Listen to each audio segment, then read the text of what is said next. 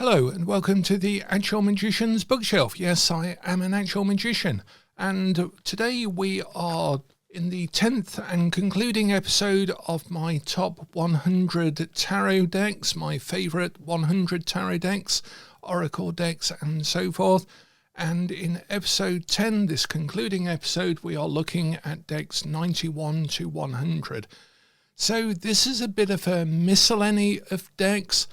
There's an oracle deck, there's a deck by a designer that we've touched on before, and there's a deck that's totally new to me, and so forth. So these are my decks that we've not really covered in the photographic decks, in the thematic decks, in the oracle decks, and so forth that we've looked at in the top 100. And as ever, these are not listed in particular order per se, so any of these decks could be my top favourite deck, particularly when I'm using it. So the Ancient Egyptian Tarot is deck number 91 by Clive Barrett, and this comes in a boxed set, which is quite nice, and it has a full guidebook with it, which I'll come on to in a second. And it has the cards as well, and a almost de rigueur hieroglyphic background. By the way, it's hieroglyphic and hieroglyphs, never hieroglyphics. And these are the cards. You can see they're very stylized. They've got hieroglyphs, hieroglyphic writing around them in the borders and white borders as well. Now this deck was published in, let's have a look, originally in 1994. See here, 1994, Aquarium Press, and a lot of my books were from Aquarium Press back in the day. This edition published in 2002. And it's interesting because of the attributions and correspondences to the ancient Egyptian pantheon. You can see we've got astrological signs, we've got planets, we've got titles, which he's using the Golden Dawn meanings, which Waite was sort of alluding to, and Crowley used more explicitly, but he changed a few of the Golden Dawn titles for the minor arcana and for some of the majors as well, of course. And the interesting thing with this, one of the more interesting things with this deck, is even though the ancient Egyptian origins of the tarot is discounted, we have here a really nice clear description on this side of the myth of Osiris and the creation of the universe according to ancient Egyptian cosmology that fits really nicely with the major arcana and the journey of the major arcana, and then the tree of life on the other side. So there's an interesting set of correspondences that Clive Barrett has made between the cosmology of ancient Egypt and the tarot itself. And then, although it says takes the classic tarot full circle and back to the land of the ancestors, this is an outlier in the sense of there is no ancient Egyptian source for tarot cards. There might be in terms of the cosmology, the mythos, the archetypal patterns, sequence, nature, the hero's journey, and so forth. But that is not to say that it's sourced directly in ancient Egypt at all. And it says this book gives one of the fullest yet most concise histories of the tarot ever written. I'm not quite sure that that is the case either, but it stands for what it is. So let's take a look at some of the cards. And for example, we have the Hierophant, which we can see is taking off the Waite Smith, taking off the earlier decks, the antecedents or precedents to the Waite-Smith Tarot itself.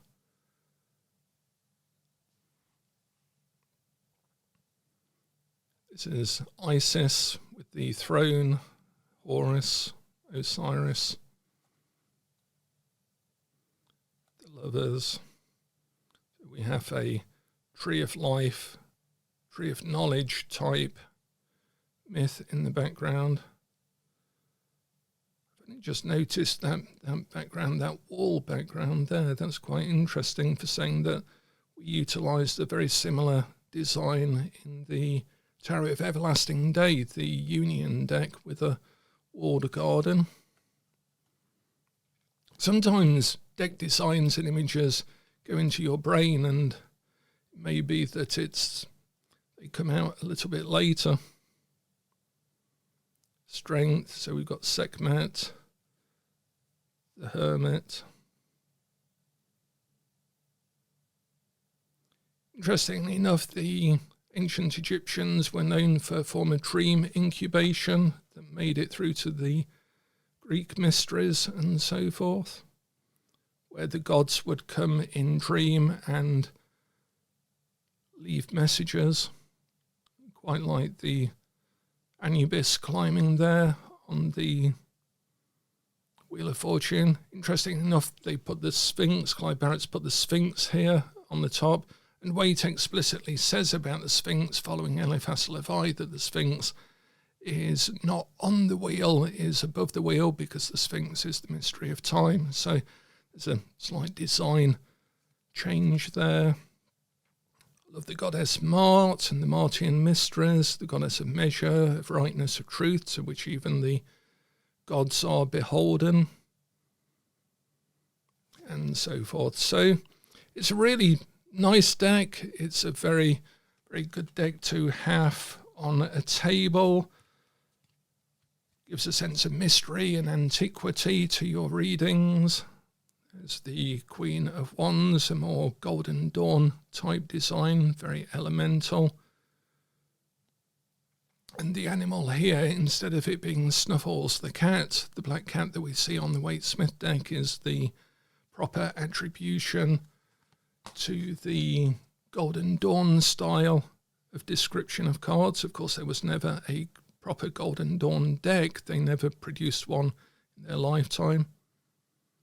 Again, Waite and Smith probably never read the cards that they themselves designed, and Aleister Crowley never got to see a full deck design of his deck. So all of the makers of these decks, none of them ever use the deck that they are known for, that they designed, that their name is upon, which is an actual more interesting bit of history, I think.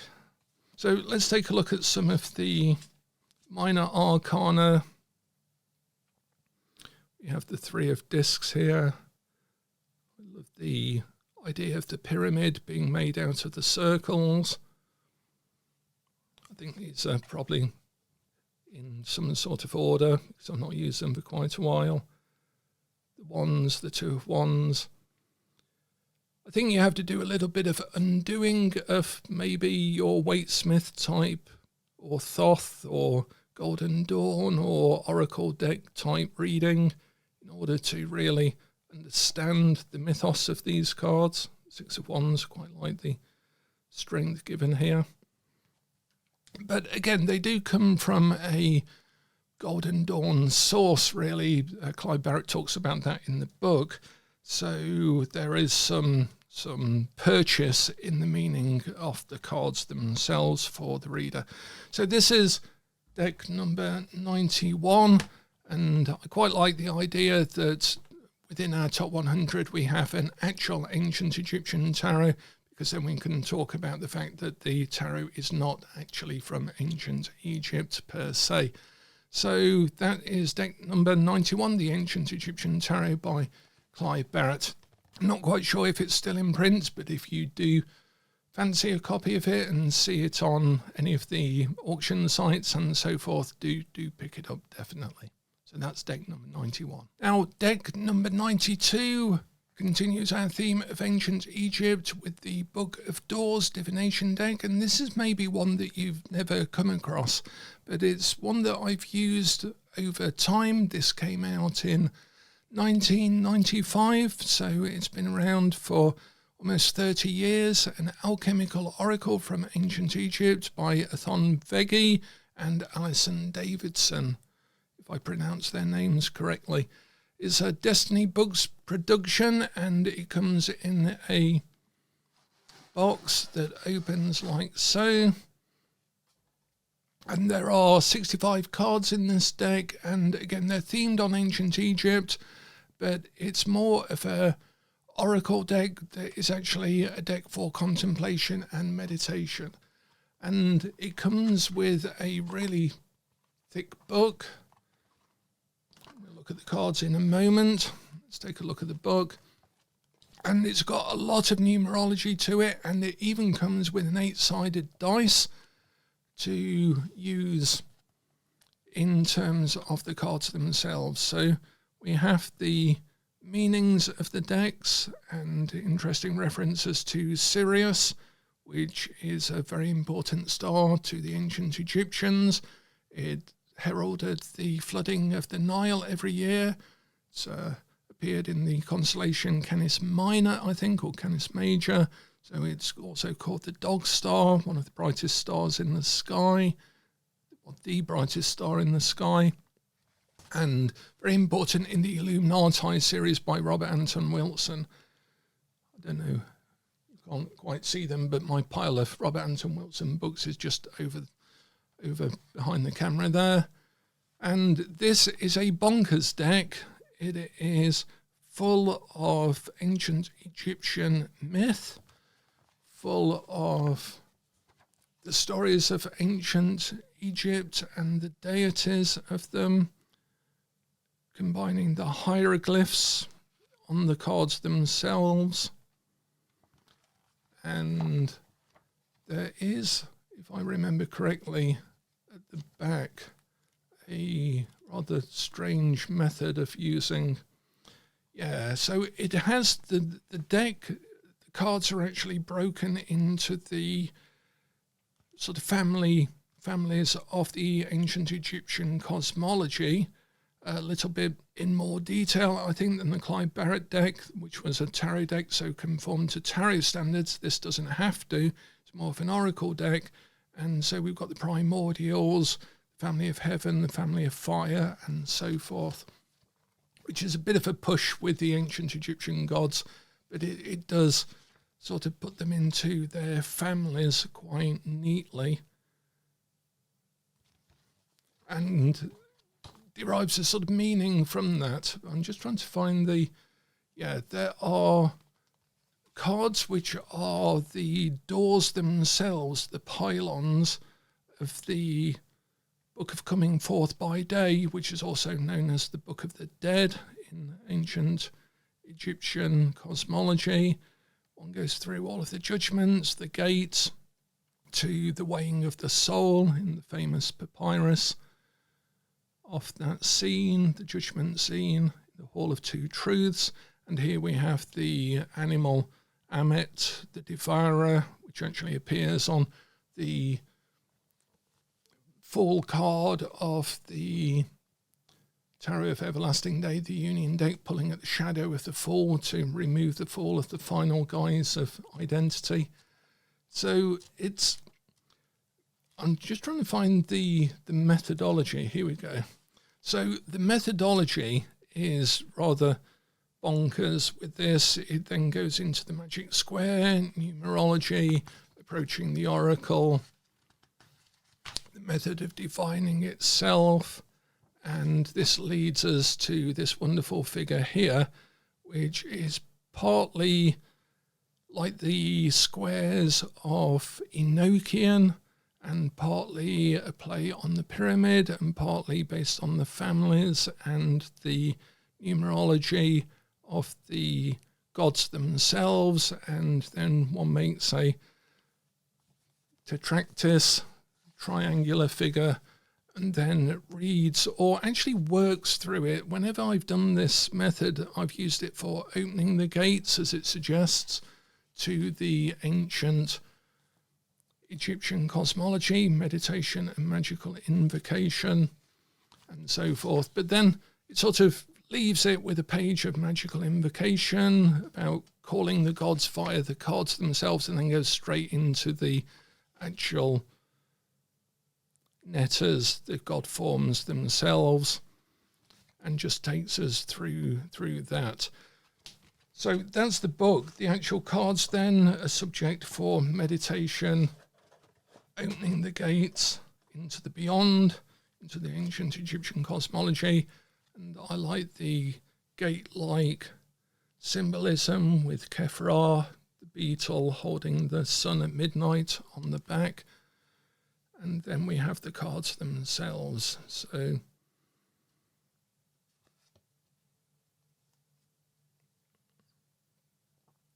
serpent-headed goddess.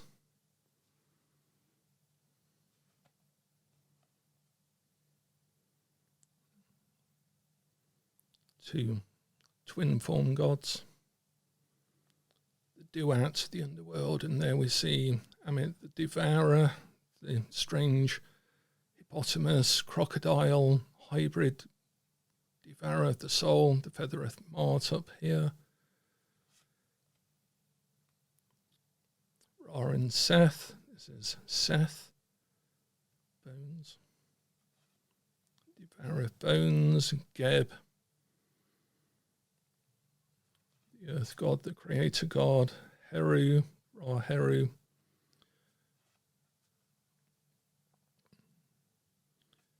And so forth. Sobek, the crocodile god.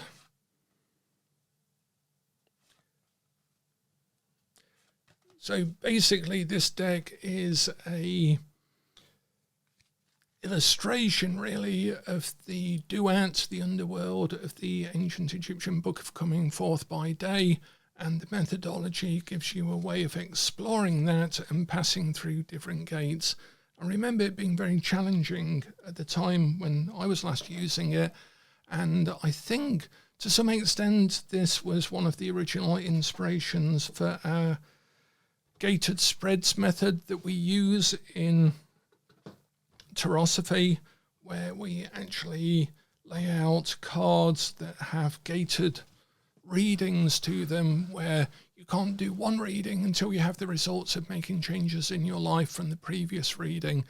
And so we set up a sequence of gates, for example, the gates of Valentine, the Ghost Train, the Resurrection Engine. We have these books on Kindle where you can actually follow a sequence in a pattern that leads to some narrative resolution, revelation experience at the end of it, that you can only get by going through each gate as an initiatory experience.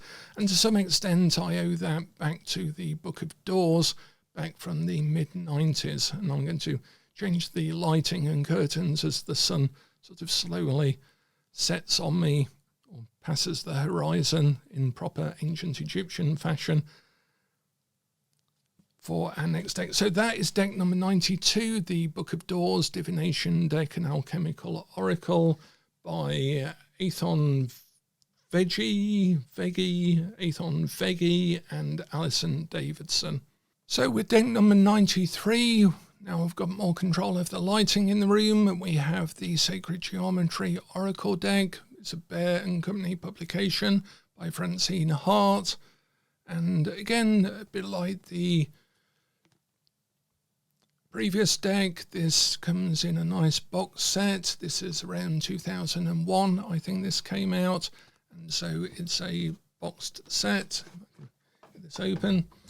And a bit, again, like the Book of Doors, we have a Oracle deck, Sacred Geometry.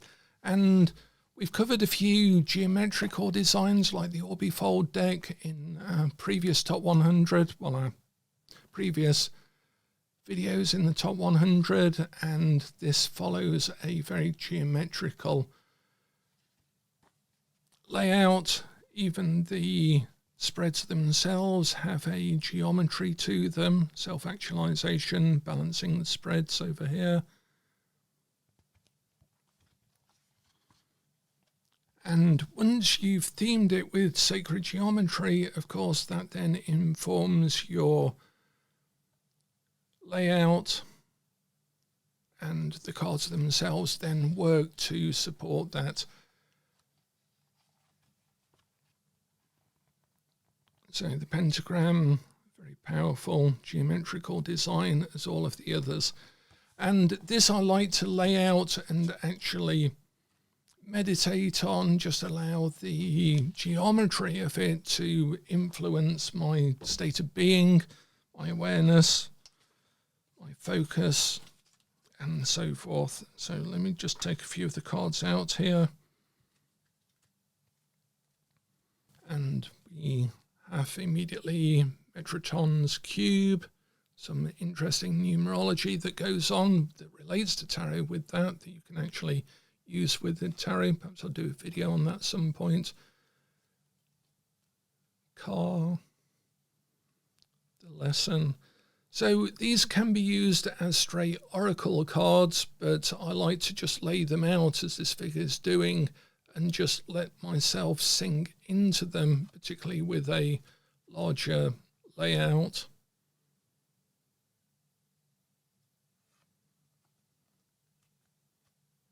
The golden spiral, the golden square. This works with the ratios for artistic aesthetics. Sacred union. High tide. But I love the way the geometry is quite subtle in the deck, or quite obvious, and the deck manages to blend those things in a very stylistic way. So when the cards are laid out, they actually make you jump almost instinctively as you make sense of the patterns themselves. So, for example, if we had these three cards here, let's just take any three cards.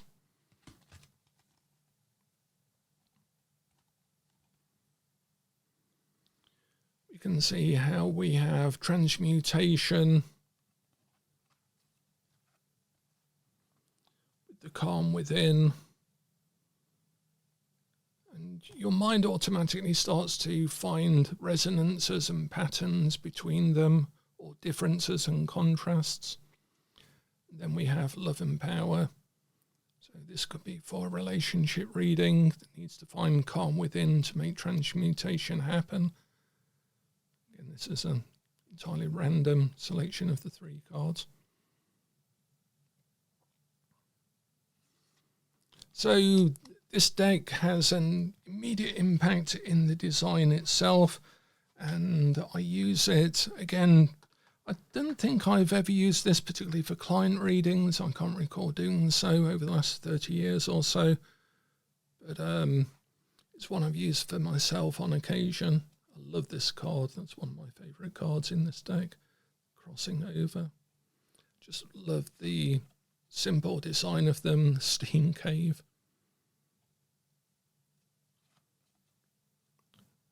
Merkaba. Together. So again, it's a very direct design. It's a very clear design. It's aesthetic. It's immediately impactful, which I think, as I mentioned before, throughout this top 100 has to be the case for me at least. A deck has to have some immediate impact on me for reading, for correspondence, for appreciation of the design, the artwork, the intent of the card itself, and its ease of interpretation. So the Sacred Geometry deck is number 93. Nice thelemic number for it. And it's got 64 full colour cards. The book is 152 pages with black and white illustrations in it. And that is the Sacred Geometry deck by Francine Hart, and that is deck number 93 of my top 100. But again, as I keep mentioning, but need to mention again, every single deck, when I'm using it, is definitely my favourite deck. And it's been good to rediscover some of these decks that I've now put back into my reading cycle as I've done this top 100, because if this came out in 2000, that's almost 25 years ago now. So over that length of time, one goes through cycles of using certain types of deck, certain types of reading, certain groups of clients that you might go through phases, almost like tides off. When you're reading for one group of clients, you find those clients are attracted to you, or you're attracted to them in some way for a particular period of time, and it's just the way these things go. So this is Sacred Geometry Oracle deck number 93. So deck number 94 is actually a deck that perhaps I would have liked to have included earlier, but I didn't have it to hand. So when I found it, I was very pleased, because it means I can include it in my top 100. And this is why it's not exactly a 1 to 100 top 100, because this might have appeared earlier. So it's the Uzi design, the Pagan Otherworlds Tarot. And it's a wonderful, nice design. Let the future enter you. It's on the lid there, the stamp. And I just love the whole design ethos of this deck. I don't know why the camera's deciding not to particularly focus on that at the moment. But just take a look at this deck. It's the Emperor, and this is the sort of Pagan Otherworld. So it's a pagan deck, but it's sort of an Otherworld pagan deck. And say I would have included this in my perhaps witchcraft decks. We were looking at those. I love the Magician. This is very much like a hedge witch course that we're running in Magick school at the moment. A good illustration for that, actually. How beautiful this deck is. It really gives you a sense of being invited into the landscape of the cards. And for those of you who follow my top 100, you'll know I'm a sucker for there being a dream landscape, something I can enter into and walk into in the cards, whether I'm doing a reading or a contemplation in the deck. So it does follow. Here we have the Eight of Swords, a similar theme to the Waite-Smith. We can see that clearly here. Obviously, the Waite-Smith has similar images to the Solar Busker deck and other decks of the time.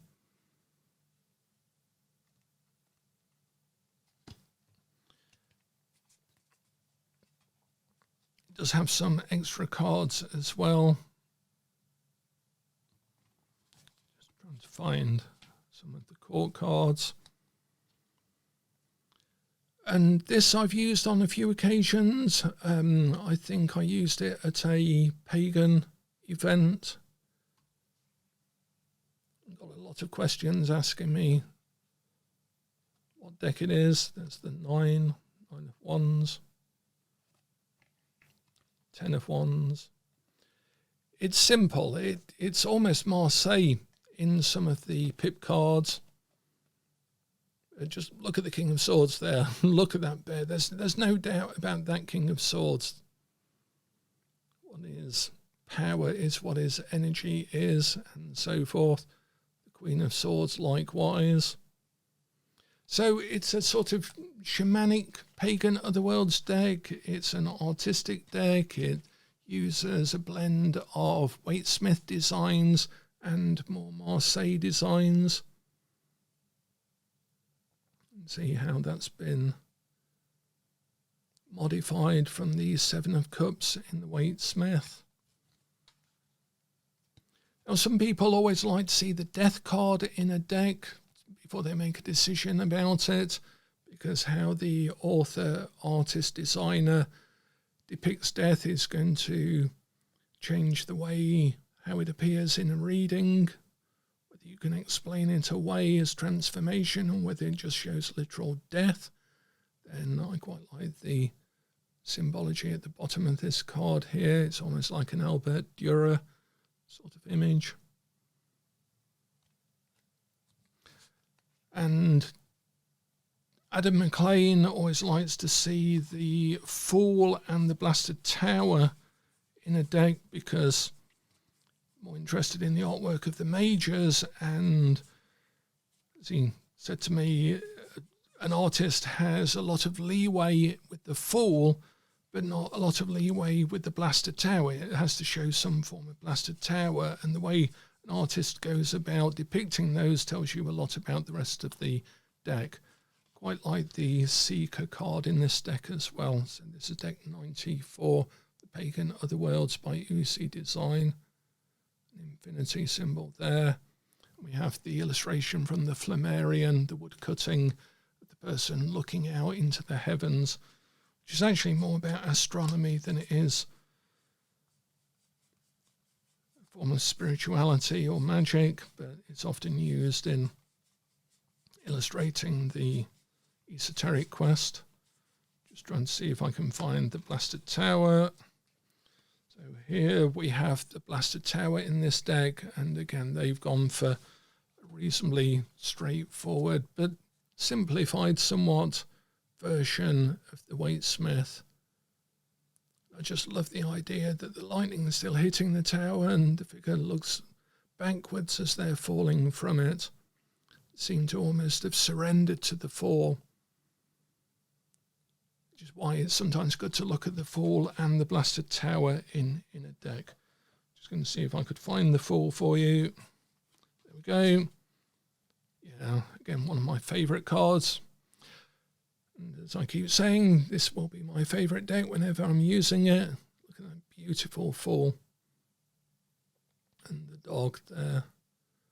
Just the stance, the design, the style, the edge, and their attitude towards the edge tells you a lot about how to interpret that card, how the dog is reacting to the Fool, and so forth.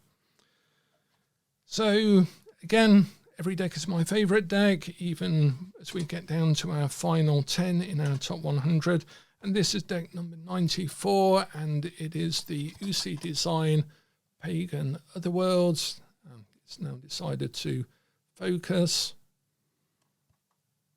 on the deck itself, 2016, so a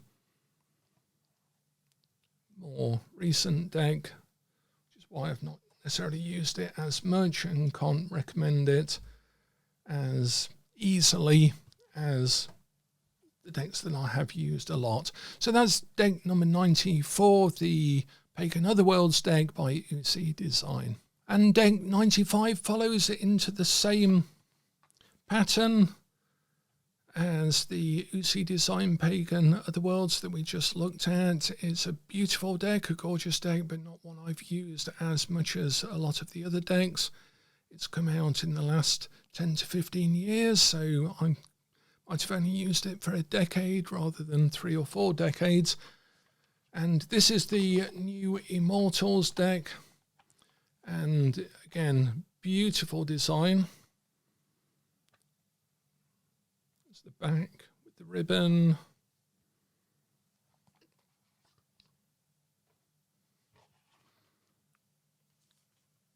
And again, I think this was a limited edition. This is number 355. So again, gorgeous design. The new Immortals. And let me just... It has a very simplified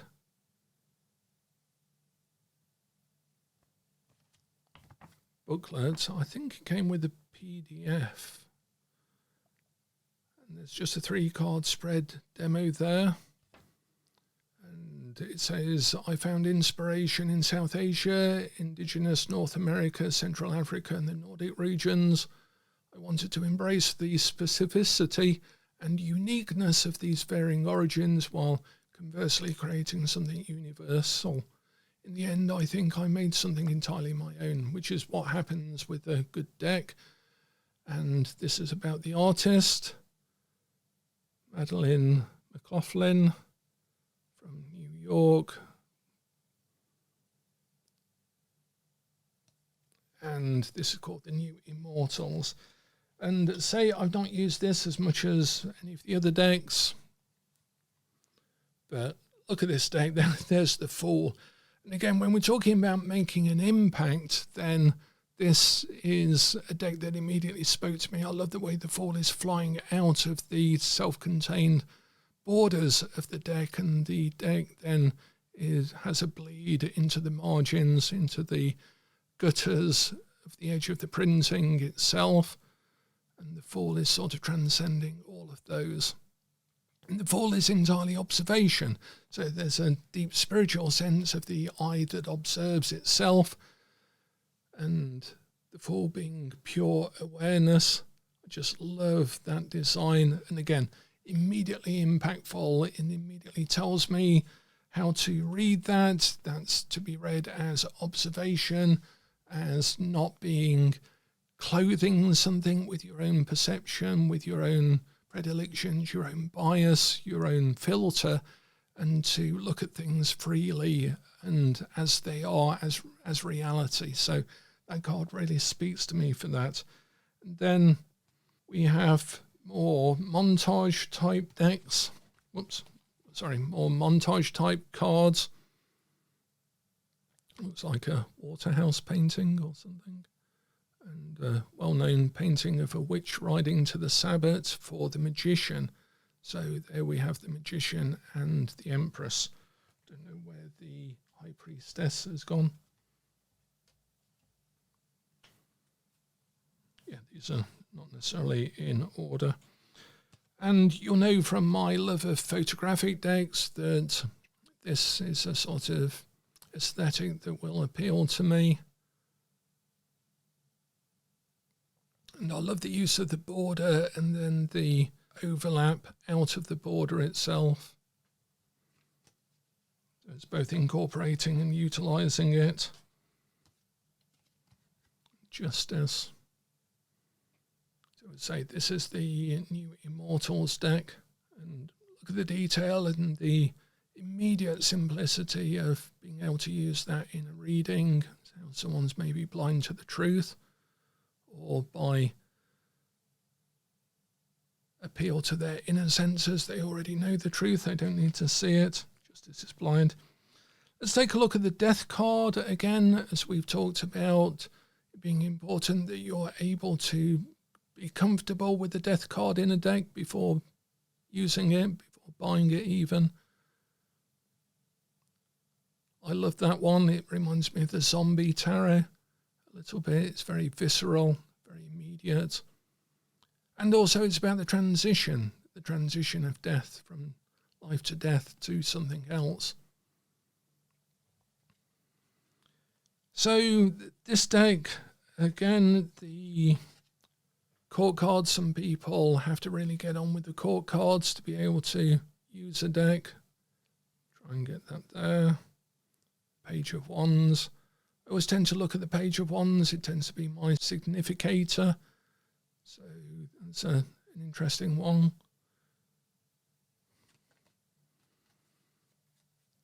And then when we take a look at the minor arcana, we see in this deck as well that we have a slightly more Marseille type halfway house between a decorated deck, as they were called, or fully illustrated, or what I call a scenic deck, where we have scenes in the minor arcana as opposed to what we call pips, just the number of the suit itself.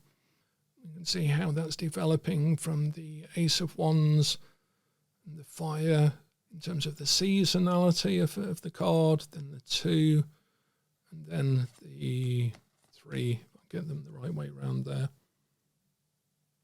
Now we have the actual eggs forming in the nest, because we now have a trinity, the number 3. We can have creativity, motherhood from 3 in terms of the numerology of it as well. So there's a wonderful sort of design to that in this deck. So you can see why I like the deck. It's nice and simple, but really, really elegant.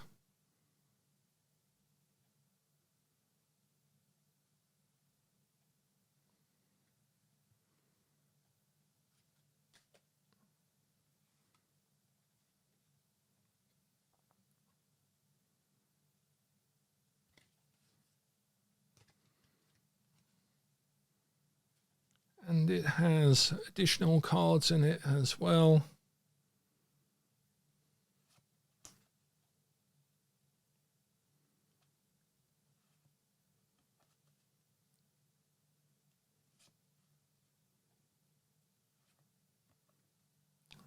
Quite like Calliope in this deck, one of the muses. I think these are all the muses actually. And so forth. So again, I can't really speak much about the deck other than a general comment on the design of it. If I've not used it as much as the others, and as we come to the final cards of the top 100, I'm choosing decks that I haven't used as much, but are on my reading pile to use. And this is the new Immortals deck by Madeline McLaughlin. And that is deck number 95 on my list. So we're now down to our final 5 in the list. Deck number 96 is the Ostara Tarot. And this has 4 people involved in it. Molly Applejohn, Eden Cook, Krista Gibbard, and Julia Idale. And this is themed after Ostara, after the vernal equinox, the spring equinox, and I just fell in love with the design of it. I just love the box design of this. You can see about the artists, illustrators here. So they're based in Vancouver, Canada, and this is the deck that they have produced, and it's beautiful deck, beautiful design. Love the little guidebook that comes with it. It was immediately, as soon as I saw this particular image, I didn't need to know anything else about the deck and just bought it straight away, because I just knew that it would be something that would speak to me just from that image. The guidebook is beautiful because it has full colour illustrations. Nice, straightforward, but it also has as much about the reversed as the upright, which is quite useful. And again, if we take a look at the lovers there, it's a very contemporary deck, I guess you would call it.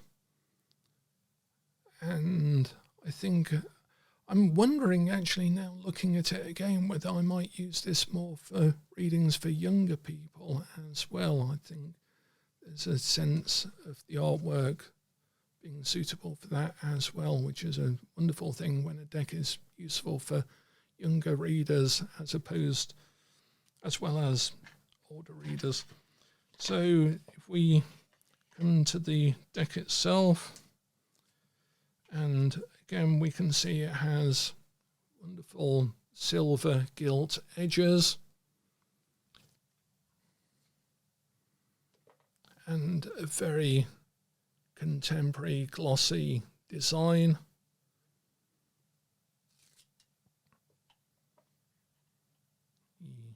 E8. And I think all of the minor arcana have animals on them. I think this is the 9 of Wands. And the Queen, again, Snuffles, being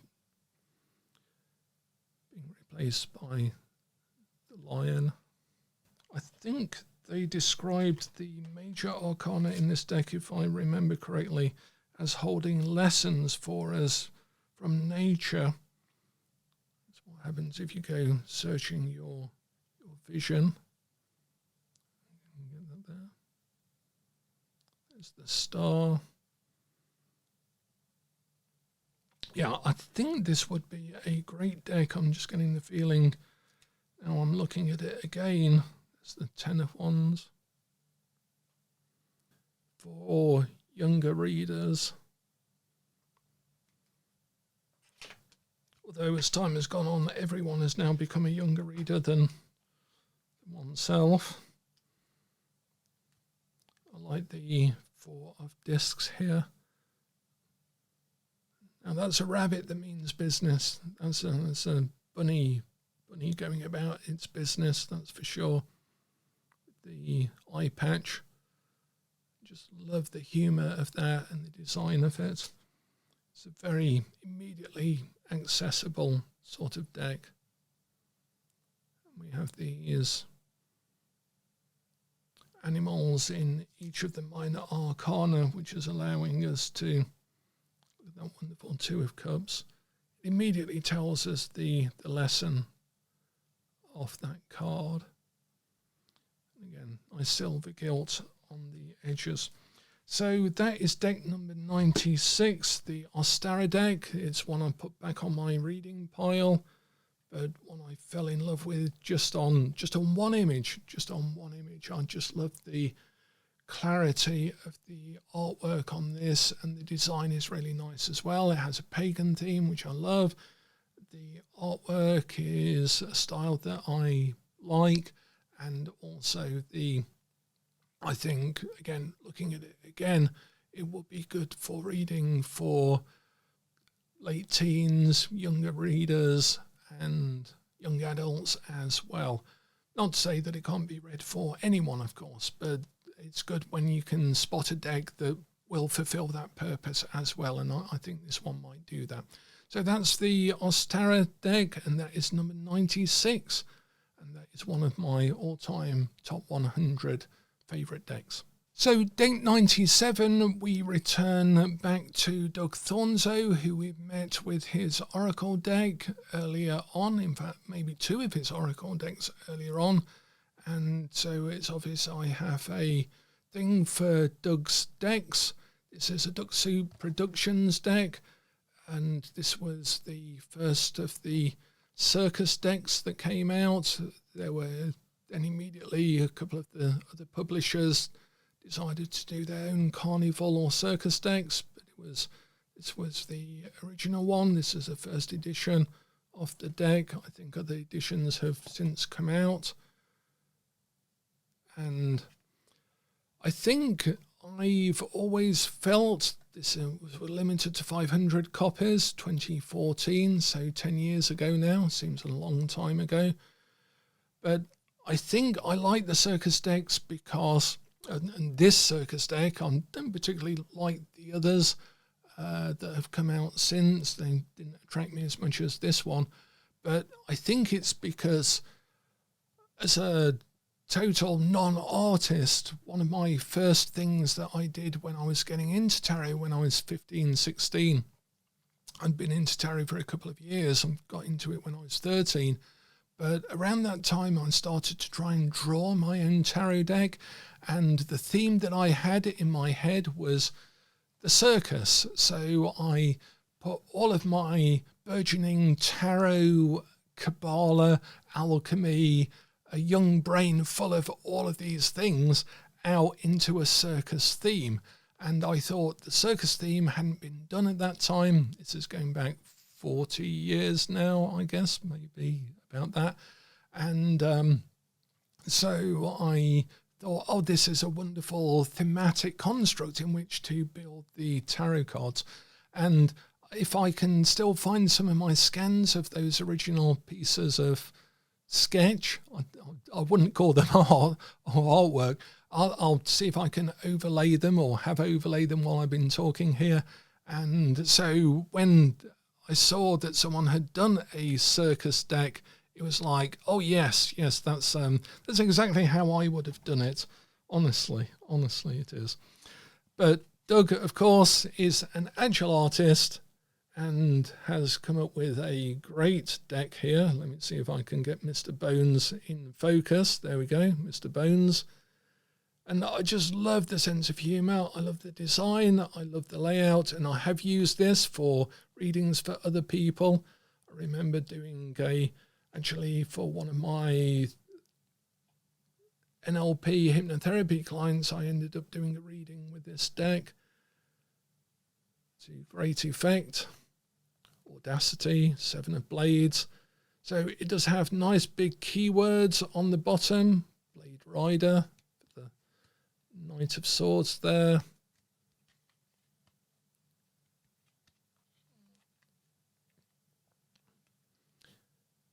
And it's just so full of tasty elements that you can apply in a reading, like the differential of size here. This is the 6 of Cups, which really feeds back into the original design choices for the Waite-Smith Tarot. As we discovered, this goes back to a play about age and differences of age, or apparent age, because one figure is acting older, one figure is acting younger, and so forth. So this is a fully grown woman, of course. And the idea of nostalgia built into that, attainment, like tilt-a-whirl, box here, and so forth. So I have used this deck, and the reason it wasn't included earlier on is because I'd already included some of Doug's decks, and I just couldn't find this one. But in doing this top 100, and thank you for bearing with me while I've done it, it's been useful for me, because for the first time in my entire life, other than when I was a lot younger, I've got all of my decks all in one place, all sorted out. And although it fills over 50 plastic tubs of storage space, it has been a useful exercise to try and find and figure out my top 100. So thank you for bearing with me whilst I've done that. So we have the Aeon, which again is the Last Judgment, but he's gone for the Aleister Crowley Thoth version of that, and Newitt is now the Contortionist up above there, and so forth. So there's a lot of knowing play in this. It's sort of like a deliberate snoot at other decks and so forth, and I love that for this deck. It allows very tongue-in-cheek readings that really get to the heart of the matter without taking themselves too seriously, and I love that about this deck. We've had that one before, haven't we? So let's leave with the 8 of Batons, a Flashpoint. And again, I just love the keywords. As I was talking about with Doug's Oracle deck, the keywords in them are really provocative in a reading, and you can use them for self-reading really powerfully, because you have to stick to the keywords because they're so direct and forceful and impactful. And so this makes it a very good deck, and I have used this quite a bit for reading for myself. So, and again, for other people, when they really want a reading from me and they're not afraid to have the answer, I either use the Sabian symbols, or I use a deck like this, which is really in your face, a bit like the Thoth. It's what I've often referred to as brutally honest. It's a brutal and honest deck. So if you want that sort of answer, this is the deck for you. And I think there are other versions of this now available, other editions of this that Doug's reprinted. So Tarot of the Zirkus Magi is my deck number 97, but as ever, with all of these cards, all of these decks, it's my favourite deck whenever I'm using it. Now, deck 98, as we come to the end of our sequence, is the Cruel Things Tarot. Now, I've used this a little bit for myself. I haven't dared use it for a client reading as yet. And this is an odd deck in that I didn't choose it for myself. I actually asked Dan Pelletier of the Tarot Garden to recommend a deck to me, and this was the deck that he recommended. and it's a Marseille type deck, but it has a sort of, let me just try and get these in focus for you there, the 10 of Cups, but it has a anime sort of style to it. It's published by Fournier, I think, and Luciano Vecchio did the illustrations for it. So it has a slightly anime feel, but it is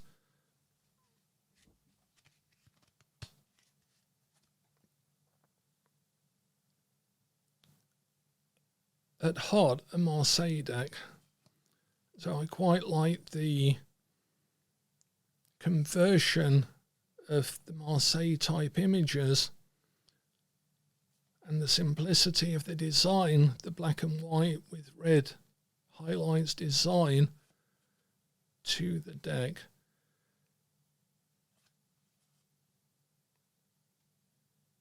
And the star there,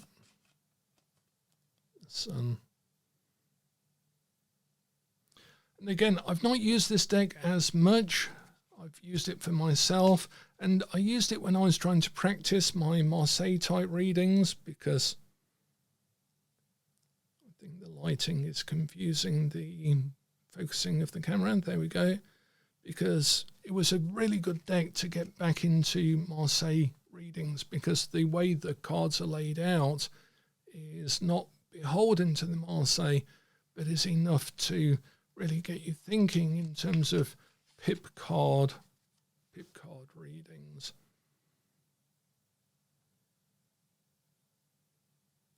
It just works really well with the black and white and red images.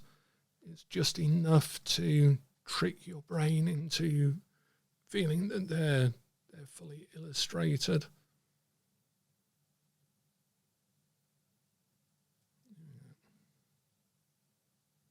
There's the Magician. I quite like the drop to infinity behind him to pick up on the infinity loop.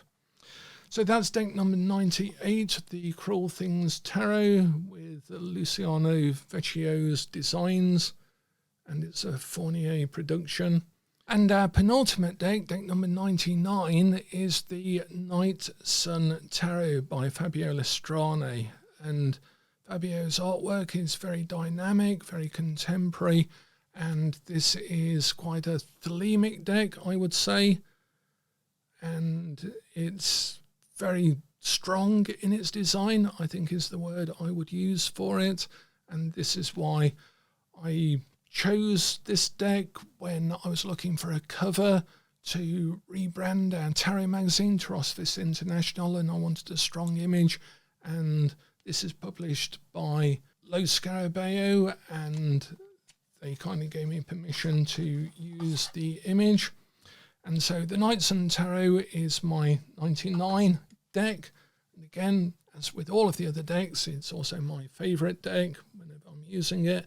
You can see here we've got the elemental, and we've got the Hebrew letters corresponding to the card, the Page of Cups. And you'll see somewhat of a both similarity and dissimilarity to the Angelarum deck that we were looking at in a previous video. And this is a far more radical, stronger, contemporary design than a lot of decks. I just love the design of things like this, where you've got the Five of Pentacles in your hand. I love the Ace of Pentacles, again, very clear. It's the Lo Scarabeo card. And I have used this several times for readings, but again, now we're down to last of our 100. This is a deck that I've used less than the others. But you can perhaps see why I like it. It has an immediacy to it. It has a stylish design. It's very contemporary. I think that's the one I used for the cover, the Wheel of Fortune. I just love the design of that. It gives me a lot of possibilities for the reading. There's a nod to the Thoth deck. It's almost a chaos magic. It's the chaos magic symbol. It's actually from the Elric stories, the Eternal Champion stories of Michael Moorcock, which is where Pete Carroll picked it up from, or ratio in for chaos magic. It's the symbol of chaos in the Michael Moorcock books. So we've got that freedom, which is here, chaos. Look at these cards. They are Marseille, but they're also their own thing. And there's a figure like a god of chaos within there, and so forth. So, and I think Fabio Lestrani has a very active artistic career that you can follow on Facebook as well. I think he designs covers for albums and other pieces of artwork as well. So it's a bit of a dark and decadent deck, but that's another thing I like about it. Queen of Wands here. She's now virtually wearing snuffles as a lion. And so this is deck number 99, perhaps appropriately so. It is the Night Sun Tarot by Fabio Lestrani, and it's published by Lo Scarabeo. So definitely check that out if you're interested in that sort of thematic element as well.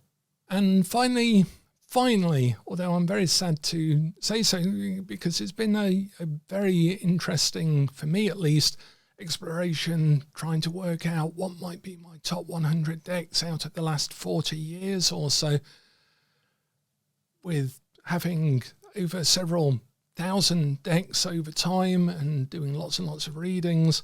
What would be my top 100? So I'm a bit apologetic, I guess, about leaving it at just 100, because there could be a lot more. But I hope this has been useful, at least to explore why you might find tarot decks of use, of interest, of relevance, that appeal to you, that talk to you, that have an aesthetic value to you, that have a certain theme or presentation, media, trick of design that really sparks your own oracular ability. And I think hopefully that's the most important thing through these top 100. These are always going to be subjective because tarot is an art as well as a science. There is no one perfect deck, and nor could there ever be. But in exploring them, I hope it's given you some ideas for you exploring your own top 5, top 2, top 10, top 100, top whatever it might be. And really ask yourself, question yourself why a deck speaks to you and why one doesn't. So my final deck is a brand new deck to me, really. It was given to me last year at the TarotCon in the Philippines, run by the wonderful Rob Rubin. And this is by CJ Francisco. And I don't know that it has a name, I can't recall.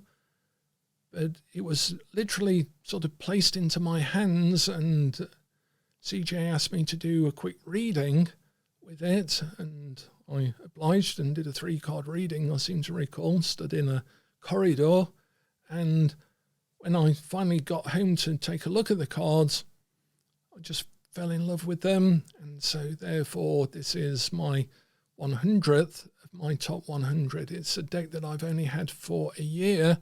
I barely used it for readings yet. You can see 15, the devil, is replaced with the shadow. But I love CJ's work. I saw some of his other work and his whole persona that he's brought to the deck, his love for the tarot. Look at the way that hand is dropping the 5 pentacles. And these are decks that perhaps might not get wider global exposure, being based in the Philippines, but there's such a thriving community of tarot people there, which is why Rob's running the TarotCons there, and there is so much creativity, so much joy, so much enthusiasm for tarot that it just blew my socks off, and I guess this is an illustration of that joy. There were a couple of other decks that I saw at the time. There's one based on Filipino myth and history, which I don't think it's out yet, but I'll share that on the channel when it is. And this is just such a lovely deck. Again, maybe good for reading for younger people, as well as inner child work was one of my first thoughts when I saw it. And I might use it for inner child work with clients. Lovely little creatures in each of the cards. There's just such a joy, just such a lightness to the cards.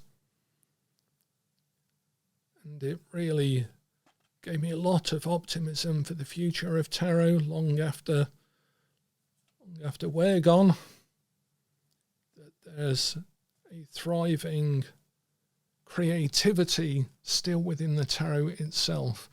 And I guess that's where I'd like to leave us in our top 100. The story is not finished. It can never be just a list of 100 static things. Things are constantly evolving and changing.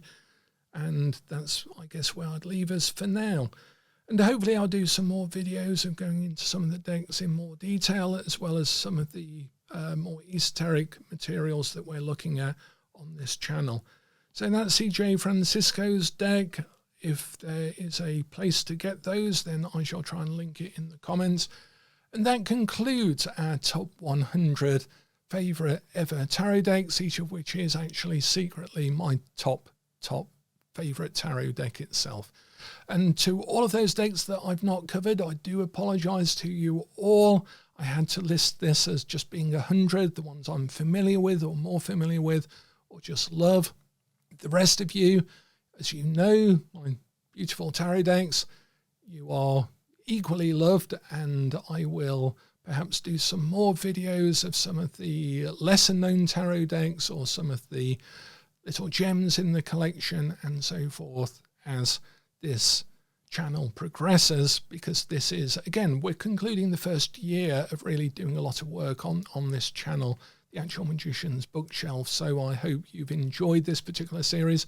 And if you want me to cover anything else, anything specific, answer any specific questions, you can see in the background some of the books that I've got here. If they're subjects that you'd like me to go more into, tarot, alchemy, NLP, the initiation system, any particular aspect of Western Esotericism that I might be able to discuss with you, answer questions, then I'm happy to do so. So thank you once again, and this concludes our top 100 tarot decks of all time. Thank you very much, and as ever, the worker is hidden in the workshop.